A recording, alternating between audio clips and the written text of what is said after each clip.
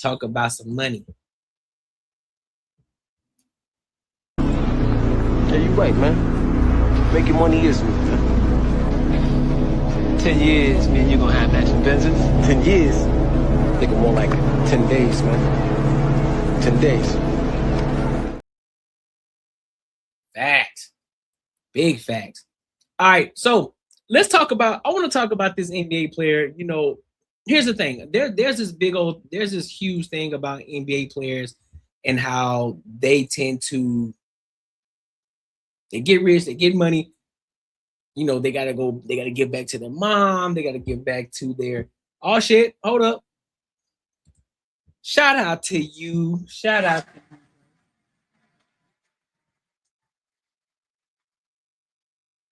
Appreciate you for the love. Appreciate you for that super chat. You know you didn't have to do that. You know you didn't have to do that, but I do appreciate you. Thank you. Thank you. Thank you. For sure. For sure. Oh yeah, absolutely. Absolutely. Thank you. Thank you. Thank you. But yeah, so you know how NBA players, they get this money. Typically, a lot of them come from the hood. They come from nothing. You know, they get this money. You know, they want to buy everything. They want to buy mama a new mansion. They want to buy the new cars, the new chain, new clothes, watches, all this extra shit. And then after a few years, they end up being broke. They end up becoming broke. So one of the guys who's not like that is Kawhi Leonard. And so we're gonna dive into how he actually handles his money since he's been in the league.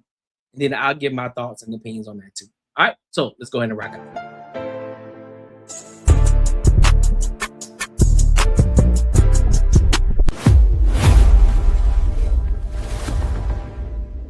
Synonymous with excess, where teenage millionaires routinely bankrupt themselves on diamond chains and depreciating supercars, a shadow class of superstars operates differently. From billionaires hunting for Wi-Fi signals to finals MVPs driving rusted trucks, these are the 10 extremely rich black NBA players who famously live like they are poor. Hey, Number 10, Trey Burke, the $5,000 man. When Trey Burke was selected 9th overall in the 2013 NBA draft, he was immediately handed the keys to a kingdom most people only dream of. The expectation for a top 10 pick is immediate and visible consumption. The entourage, the jewelry, and the sprawling mansion. The statistics regarding broke former athletes are terrifying, with some estimates suggesting that 60% of NBA players face financial hardships within 5 years of retirement. Burke looked at those numbers and decided he would not become a statistic. Despite signing a rookie-scale contract that guaranteed him millions of dollars over his first few years, Burke instituted a financial lockdown that baffled his peers. He placed himself on a strict, non-negotiable allowance of $5,000 a month. To the average person, $5,000 is a healthy amount of money. But in the context of the NBA, where a single table at a nightclub can cost $10,000, Burke was essentially living on minimum wage relative to his income bracket. This $5,000 had to cover everything. It wasn't just fun money. It was his operating budget for food, gas, clothing, and daily essentials. Smart. If he wanted a new pair of designer shoes, he had to check his balance. If he wanted to treat friends to dinner, he had to calculate the cost. It was a self-imposed scarcity designed to simulate the real world while his actual millions sat in investment accounts, compounding untouched. Burke's philosophy was simple. If he could learn to be happy and functional on a budget that didn't require an NBA salary, he would never be beholden to the game. While other rookies from the class of 2013 were leasing fleets of cars and burning through their signing bonuses, Burke was building a financial runway. He understood that the hardest position to play in professional sports isn't point guard. It is the role of the disciplined man who says no to the lifestyle the world expects him to live. Number 9, Grant Hill. Smart move. That's a smart move. One of the things that I'm making sure that I'm going to be doing too as well as this YouTube channel continues to grow, as we continue to make more money on the YouTube channel. One of the things I'm making sure that I do is all of my money is going into my brokerage account. All of my money goes into my brokerage account. Real talk. Everything that's Everything that I get, even the $4 that Joe graciously, blessed me with the $4, it goes into my brokerage account. It don't go into a personal, it goes into my brokerage account. Right? We not playing, bro. All of this money we stacking up. We is stacking up, bro. We not playing this game, bro. We're not gonna play we're making a lot of money now. Let's go blow it. Let's go blow it on some bottles. We're not doing none of that shit. We're gonna make sure we straight over time. We're gonna make sure we're gonna pay down the debt. Then once we pay down all the debt, boom.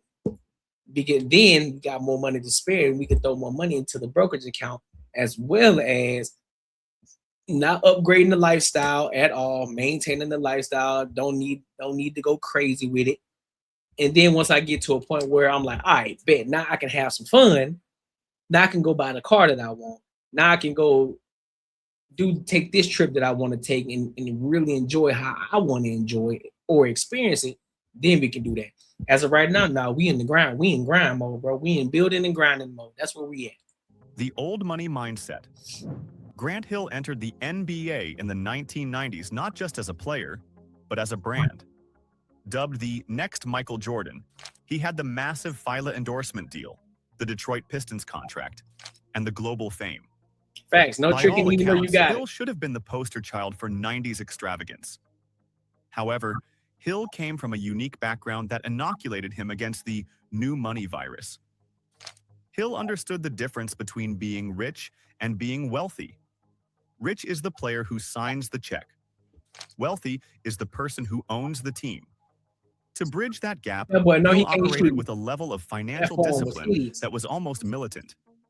When he signed his first multi-million-dollar contract, he didn't head to the Ferrari dealership. He headed to a meeting with his parents. Together, they established a budget that treated his massive NBA income as if it didn't exist. Nice. His spending money was capped strictly, creating a firewall between his lifestyle and his principal capital. Hill drove modest vehicles and famously avoided the heavy gold chains and flashy jewelry that dominated the aesthetic of 90s basketball. He viewed these items not as status symbols, but as leaks in his financial ship. This wasn't just about saving for a rainy day. It was about capital allocation. Hill treated his NBA career as a high-yield funding round for his second career. Because he lived below his means for 2 decades, he was able to transition seamlessly into the business world upon retirement. Today, Grant Hill is not just a former player. He is a partial owner of the Atlanta Hawks and a broadcasting mogul. Look at that. His net worth is estimated at over $250 million. He didn't live like he was poor because he had to. He lived that way so he could eventually sit in the owner's box of the league that used to employ him. Number 8.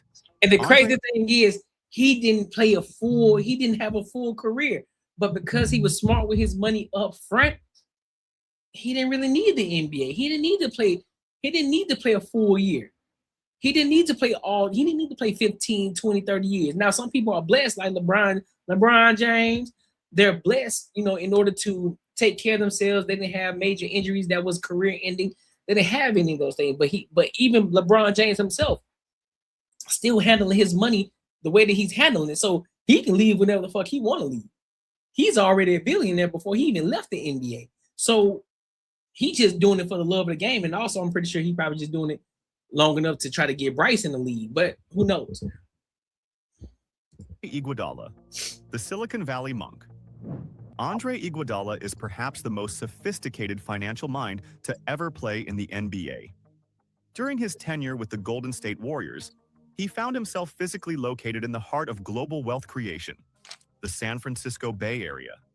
While his teammates were focused on the court, Iguodala realized that the real game was happening in the boardrooms of the tech startups surrounding the arena. Iguodala didn't just want to invest, he wanted to be respected by the venture capitalists building the future. To do that, he had to strip away the dumb jock stereotype. He adopted a lifestyle of extreme modesty relative to his income, often referred to as his monk phase. He openly discussed the shock of his early career spending, realizing that dropping thousands on designer clothes was a fool's game. He pivoted aggressively. Iguodala began reading books on asset allocation and market caps instead of browsing luxury catalogs. He drove practical cars and wore nondescript clothing to meetings on Sand Hill Road, blending in with the tech investors rather than standing out as a celebrity. He famously consolidated his life, cutting out the noise of luxury to focus on stacking paper for the long haul. This frugality allowed him to funnel significant portions of his salary into high-risk, high-reward tech seeds. He was an early investor in juggernauts like Zoom, Cloudflare, and Datadog before they became household names. He co-founded the Players Technology Summit, teaching other athletes how to secure their financial futures. Iguodala didn't want to be the guy with the coolest car in the parking lot. He wanted equity in the apps on everyone's phone. By living modestly, he turned his NBA paycheck into a venture capital war chest, proving that the greatest luxury is financial freedom. Number 7.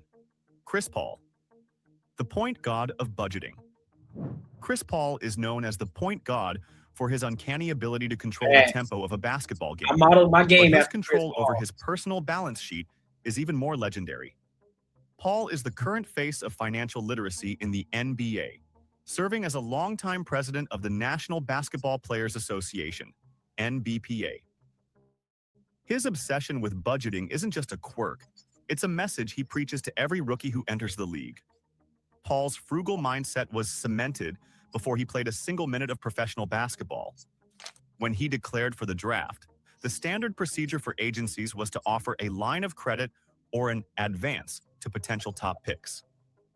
His agents offered him a $100,000 advance, flash money, intended to buy the obligatory draft suit, the jewelry, and the down payment on a luxury car. Fuck that. It is a trap that hooks players into debt before they earn a dime. Paul's parents intervened immediately. They advised him to reject the six-figure advance and take only $25,000. They told him bluntly, if he couldn't survive on $25,000 for a few months, he wasn't mentally ready to handle the millions that would follow. Facts. That lesson in delayed gratification defined. Yeah, $25,000 for a few months, you should be straight. For a few months, not a year. For a few months. Nah, you his good. Career.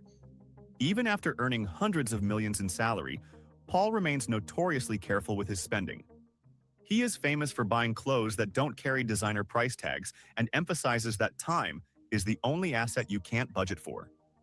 He urges younger players to look at the burn rate of their lifestyle. Chris Paul lives rich by refusing to let his lifestyle dictate his choices, proving that you can sign a max contract and still respect the value of a single dollar. Number 6. Jimmy Butler, the hustler in the minivan. Jimmy Butler is an enigma in the world of professional sports. He signs contracts worth hundreds of millions, yet he moves with the gritty energy of a man who is still trying to make rent. His frugality is not passive, it is performative and aggressive. Butler is famous for his disdain for the stupid tax, the extra money celebrities pay just to look important. Yeah. For years, stories circulated about Butler driving a Toyota Sienna minivan. This wasn't because he couldn't afford a Bugatti. He owns high-end cars. But he frequently chose the minivan because of its utility and anonymity. In a minivan, nobody asks for money. In a minivan, you can navigate the city without the flashing lights of paparazzi. That's true. It was a strategic choice to live below the radar. But the absolute peak of his poor mindset occurred during the 2020 NBA bubble in Orlando.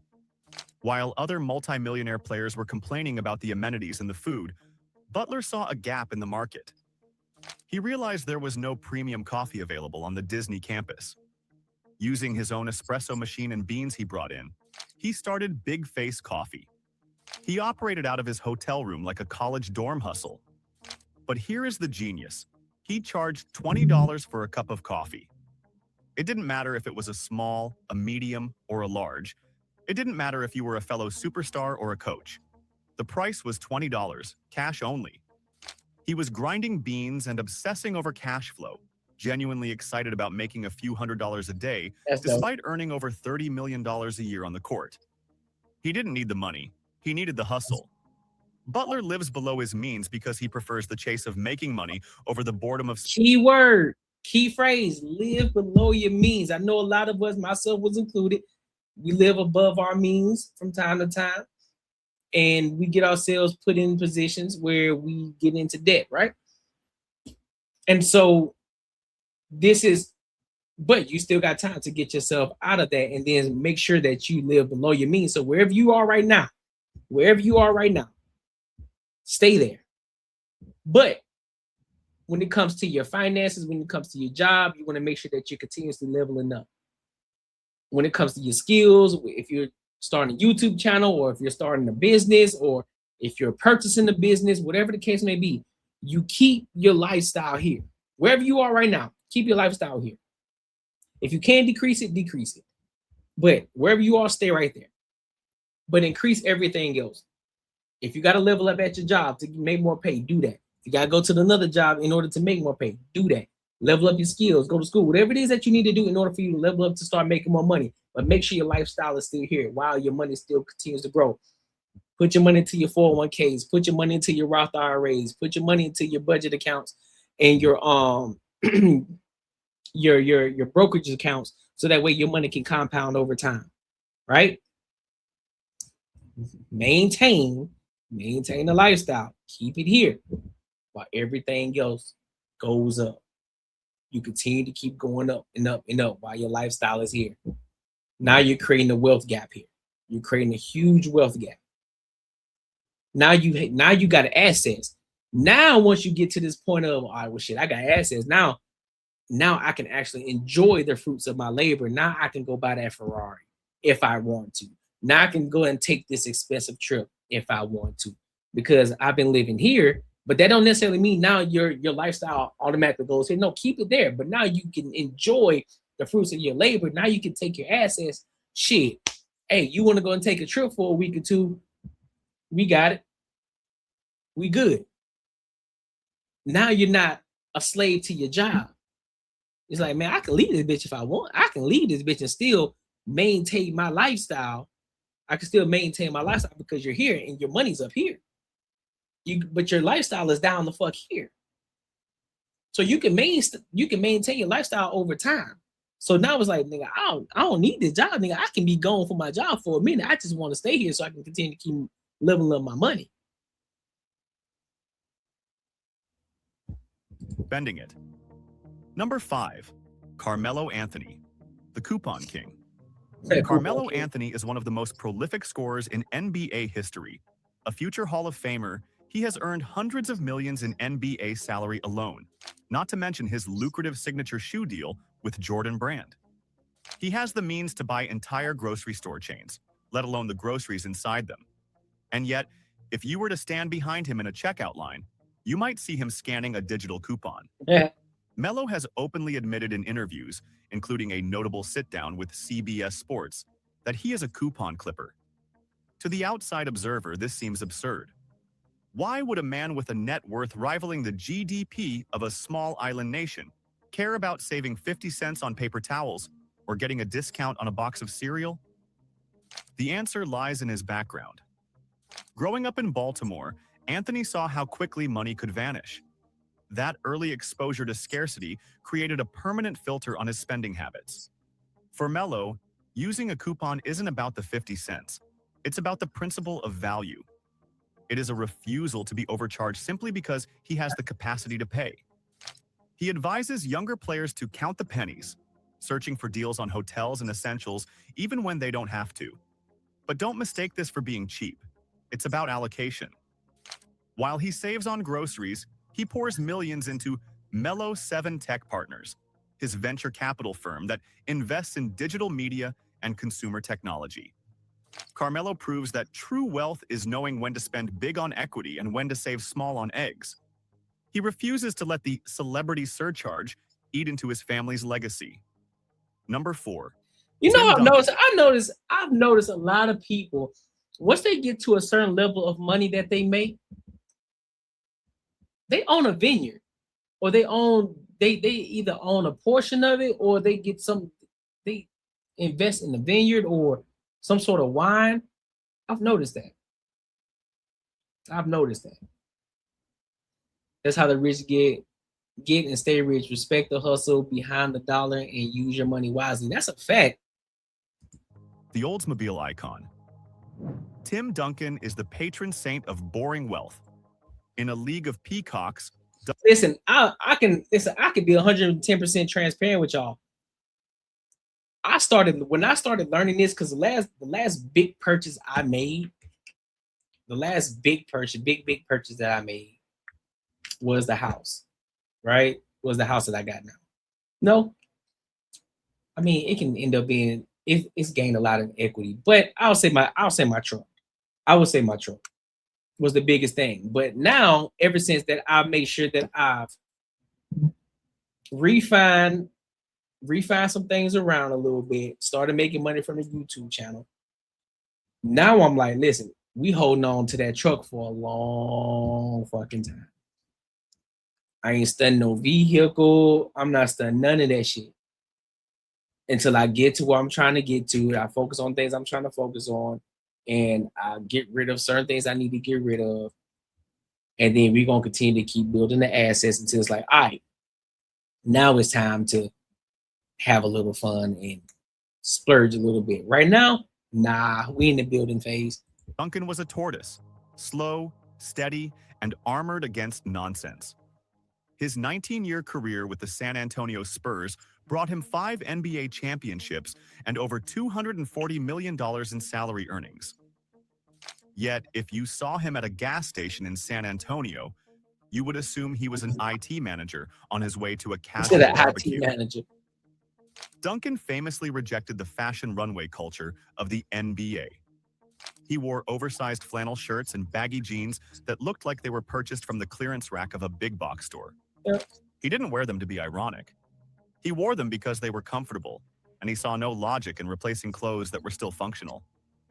His approach to cars was equally utilitarian but passionate. While his teammates were leasing the latest Bentleys and Rolls-Royces, Duncan was often seen driving a customized, but decidedly unflashy, Oldsmobile. Right. This wasn't because he hated cars. In fact, he loved them so much he opened his own auto shop, Blackjack Speed Shop. But he viewed cars as machines to be worked on, not status symbols to be displayed. His poverty lifestyle was actually a masterclass in indifference. He simply did not care about the opinions of others. He didn't need a stylist. He needed a rebound. Their hairstyle. He didn't need a VIP section. He needed a quiet dinner. This lack of ego in his spending protected him from the sharks that circle NBA stars. Tim Duncan didn't just save money. He saved energy. He retired as one of the wealthiest players in history, not because he made the most, but because he spent the least on things that didn't matter. Yep. Number 3, Giannis Antetokounmpo, the scarcity survivor. For Giannis Antetokounmpo, living like he is poor isn't a financial strategy. It is a muscle memory. Yep. Growing up stateless and impoverished in Greece, he sold trinkets and DVDs on the streets of Athens just to help his family eat. That level of trauma wires the brain differently than any American superstar could understand. When he landed in the NBA, the sudden influx of millions didn't fix the trauma of poverty. It just amplified his fear of losing it all. The stories of his early frugality are legendary. In his rookie year, Giannis famously went to a Western Union to send all of his available cash back to his family in Greece. He sent so much that he didn't leave enough for a cab fare to the arena on game day. Realizing his mistake, he didn't call a limo service. He literally started running down the street toward the stadium until a couple of fans recognized him and gave him a ride. He didn't view his bank account as a bottomless pit. He viewed it as a miracle that could disappear if he blinked. Even after signing a Supermax contract extension in 2020 worth $228 million, Giannis maintained his cheap habits. He was famously caught on video celebrating a free smoothie, genuinely excited about saving a few dollars. He used to share basketball shoes with his brothers because he couldn't fathom owning multiple pairs. Giannis lives with a scarcity mindset in a world of infinite abundance.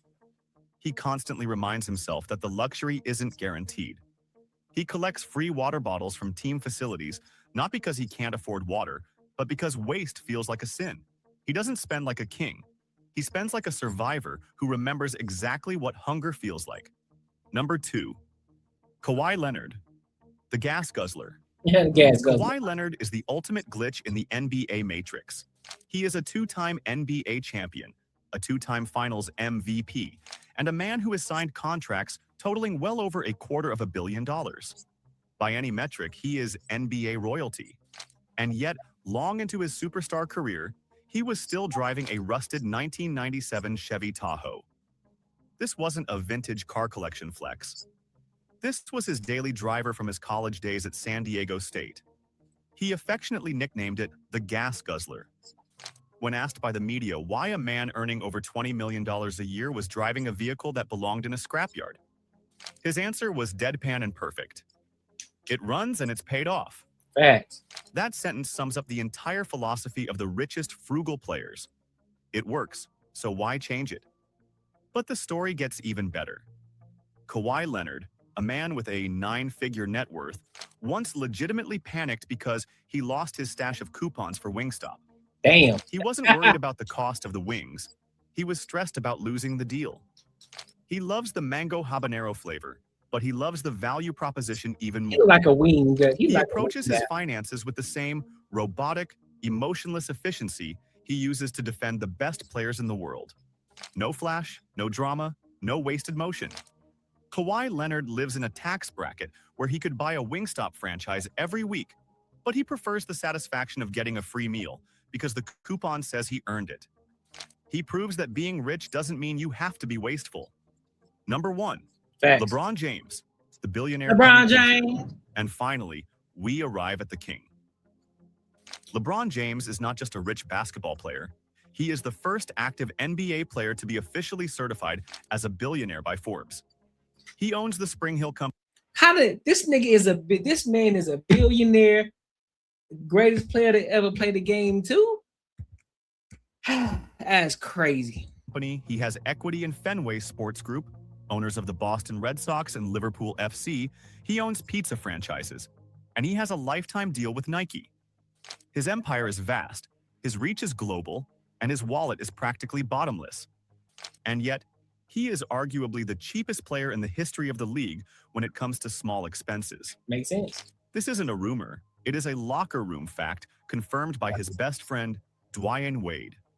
LeBron James, the man who could buy a streaming service outright, refuses to pay $4.99 a month for ad-free Pandora. He listens to commercials. He sits in the gym, lifting weights, waiting for a 30-second ad to finish rather than spending $5. But it goes deeper. LeBron famously refuses to turn on data roaming on his phone when he travels internationally. If there is no Wi-Fi, the king goes dark. He will walk around a foreign city, hunting for a free signal like a backpacker on a budget. Gabrielle Union, Dwayne Wade's wife, has joked about LeBron's refusal to use data, noting that he waits until he hits a Wi-Fi zone to send texts. He has admitted to being cheap with his personal day-to-day spending, despite donating tens of millions to charity and building an entire school for at-risk kids in Akron. And that is the ultimate lesson. LeBron James. So basically, at the end of the day, if you want to become wealthy, stop spending your money on bullshit. Stop spending your money on shit that don't matter. You don't need to have the ads. I mean, of course, you know, some people say, listen, bro, it's just $4.99. But hey, you building the muscle memory. So you start to look at things differently. You start to say, you know what? I don't mind the 30-second ads, or I don't need that brand new car. I can see my car is good. My car's still running well right now. I don't need to buy a new car right now. I'm about to pay it off. Or I don't need to go on this trip right now. Fuck it. I can just stay at home instead of spending $10,000 or $5,000 or $2,000 to go on this trip. I can save that money. I can invest that money. That's why you should get the Earn While You Save ebook, so you can learn how to invest your money properly into your brokerage account, which I break it down to a second grader's perspective, right? Even a second grader can understand it. And so when you start looking at things from that perspective, it's like, listen, I don't need this. I don't need to have the flyest shit on. You can buy some shit from Shein that won't nobody even know. Real talk. You can buy some shit from Shein, or you can go to Ross and buy some shit off half the price of what it actually would cost, or shit 90% off of the price of what it would actually cost. Ain't nobody gonna know. Real talk. Nobody's gonna know that you bought it from me, and nor do they care. But a lot of us, we buy shit because we're trying to impress the Joneses. We're trying to be like and keep up with the Joneses at the same time. Fuck them. You're trying to build wealth. While they sitting over there buying the freshest shit, the flyest shit, guess what? You building your money, you stacking your bread up. And then when they get old and then they ain't got no money and they still gotta work and they gotta they gotta stand in front of the Walmart greeters line just to have a job, just to work and make some money. You living your best life. You feel me? Like I've met many, that's what I'm saying. I've seen so many celebrities, and I'm like, bro, I would not expect you over here. What the fuck you doing in Target? But because we're so used to people, oh man, we don't see normal people in the world like that. We don't see that. You know what I'm saying? We expect them to be over there in the Louis Vuittons, in the expensive places. Man, listen, they trying to keep their bread. Everything don't have to be lavish. Everything don't have to be lavish. And this is just proof. And this is just proof in the pudding. Now, mind you, these cats make millions and millions and millions of dollars. So they'll get there a lot faster. But for the average everyday Joe, right? If you're making $50,000 a year, $60,000 a year, you don't got to try to keep up with the Joneses. You should be focused on stacking your bread right now. Especially if you're in between the ages of 20 and goddamn 30 and between the ages of 20 and 30, you should be stacking. You should be stacking. Getting your bread up. I'm a firm believer of it's not too late. Wherever you are right now, start right now.